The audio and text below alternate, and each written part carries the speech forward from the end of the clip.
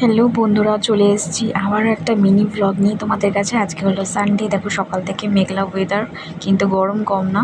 আর এখন সকালে ভাত রান্না করেছি, কিন্তু ভাত খাওয়ার মতন কোনো কিছুই তরকারি করিনি বলে পেঁয়াজ আর ডিম দিয়ে ভাত ভাজা করব।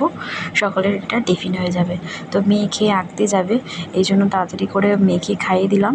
আর ওর বাবা বাজারে গেছে, বাবা বাজার থেকে এসে তারপরে এটা খেয়ে নেবে।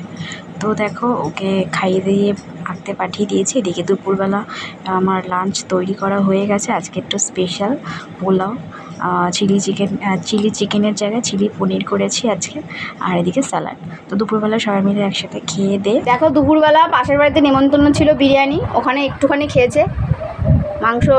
মাংস দিয়ে বিরিয়ানি একটুখানি খেয়েছে, খায়নি কোনো রকম।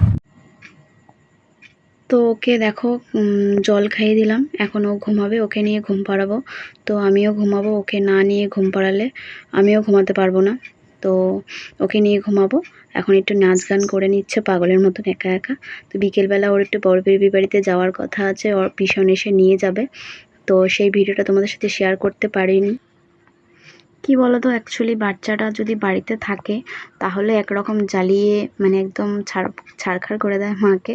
আর যদি না থাকে তাহলেও মার ভালো লাগে না, মনে হয় বাড়িতে কি যেন একটা নেই, পুরো ফাঁকা ফাঁকা লাগে। তো সেরকমই লাগছিল বিকেল থেকে, সন্ধ্যার পর থেকে।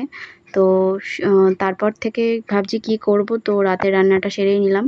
রাতে এদিকে রান্না করেছি বেগুন ভাজা, লঙ্কার বড়া, আর ভাত ডাল। তো গরম গরম এই খেলাম। আর দুপুরবেলা যেহেতু পোলাও আর চিলি পনির খাওয়া হয়েছে, সেই জন্য রাতেরবেলা একদম প্লেন। তো আজকের মতন ভিডিওটা এখানে শেষ করছি, দেখা হবে নেক্সট ভিডিওতে।